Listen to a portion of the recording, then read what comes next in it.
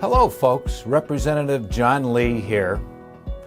As always, I think about you in everything that I do.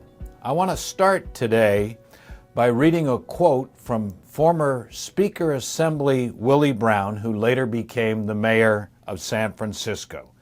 Quote, "In the world of civic projects, the first budget is really just a down payment. If people knew the real cost from the start, nothing would ever be approved. The idea is to get going. Start digging a hole and make it so big there's no alternative to coming up with the money to fill it in." Why is that relevant to us? Here in Washington State, Oregon and Washington are engaged in the largest public works project in the history of the two states. They're talking about replacing the I-5 Interstate bridge. Recently, we learned that the cost has exploded. They've adjusted cost ranges 3 different times. It started as low as $3.2 billion back 5 years ago. Recently, it's exploded to potentially $17.7 billion. There's a $10 billion funding hole if they were able to deliver it for that $17.7 billion. So I'm introducing a bill calling for a performance audit of the entire program, of the IBR team, of their management, of their consultant, to evaluate, are they actually delivering a project that delivers value for you, the taxpayer? At the beginning and the end of the day, it is your money. We need to find out if the management team is trustworthy, if they are delivering value for your money in how they're managing the project, in how they're reporting to you, the taxpayer, and how they are reporting to us, the legislators tasked with oversight of the project. First and foremost, as you know, they are proposing to replace a 3-lane bridge with another 3-through-lane bridge. It does not fix the number one problem you want resolved, and that's reducing traffic congestion and saving you time in your travels.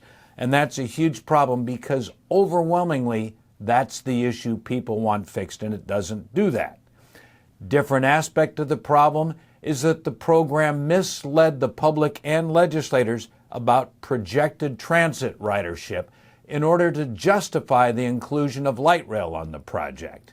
They initially said 26,000 to 33,000 people a day would ride on transit crossing the I-5 and the Columbia River corridor to go back and justify the inclusion of that light rail. 4 years later, they slashed that by 83% down to about 4,600 to 5,400 riders a day. No need for any high-capacity transit at this time. Furthermore, another problem that was recently revealed, there's a federally required program called STOPS to project transit ridership for a project. That law was passed back in 2015.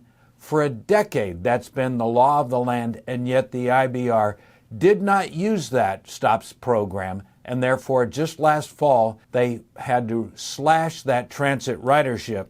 They failed to use it. How can we trust them if they don't know about a federally required program? Additional concerns you have and I have, tons of non-essential spending in the programs. There's an awful lot of money for park and ride facilities. Former WSDOT Secretary Roger Millar said park and rides are a thing of the past. And yet in this project are tens, if not hundreds of $millions for park and ride facilities, especially in Vancouver. Are they really needed or not? A different concern I have, they're supposed to legitimately evaluate options so that you, the taxpayers, can make input on it, and we, the legislators responsible for oversight, can evaluate it. They gave a bad evaluation for an immersed tube tunnel. They overprojected the amount of excavation required for an immersed tube tunnel by a factor of 4. A retired engineer said no, they need about 2 million cubic yards of excavation in order to put in a tunnel. The IBR said 8 million. They got egg on their face, and roughly 6 to 12 months later they came back and they admitted they were wrong. But therefore a legitimate evaluation of a tunnel was discarded prematurely because of that bad information. We need to dig into that. Another aspect of this whole project is who is the general engineering consultant that is tasked with managing this largest project in the history of the two states. I asked for the contract with that general engineering consultant. It appears that they are getting paid a 32% profit margin in addition to 138% to cover overhead. That seems excessive. I'm not the expert, but they are questions, and a performance audit of the program, including the general engineering consultant, is totally appropriate to see, are they delivering value for your money for what we would expect on a project of this magnitude? An additional question, with the inclusion of light rail, is Portland's TriMet coming into Clark County? Many issues on that. But right now, today, TriMet is on the verge of bankruptcy. My personal opinion, they are slashing money, slashing service. Will TriMet even be around in a decade to actually be part of the ribbon cutting on this project if it's delivered the way it's currently discussed? I don't know, but the federal laws say you have to have viable entities and viable partners in this before they will give money to the project, and there's a huge question mark over TriMet.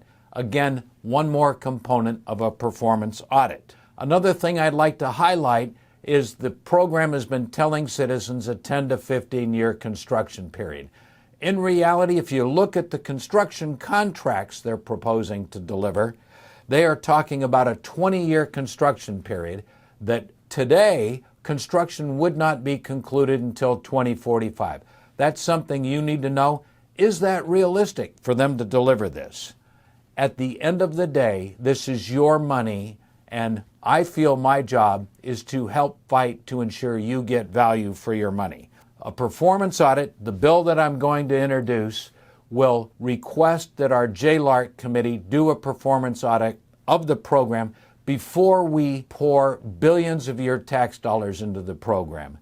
As always, it is a pleasure and a privilege to represent you.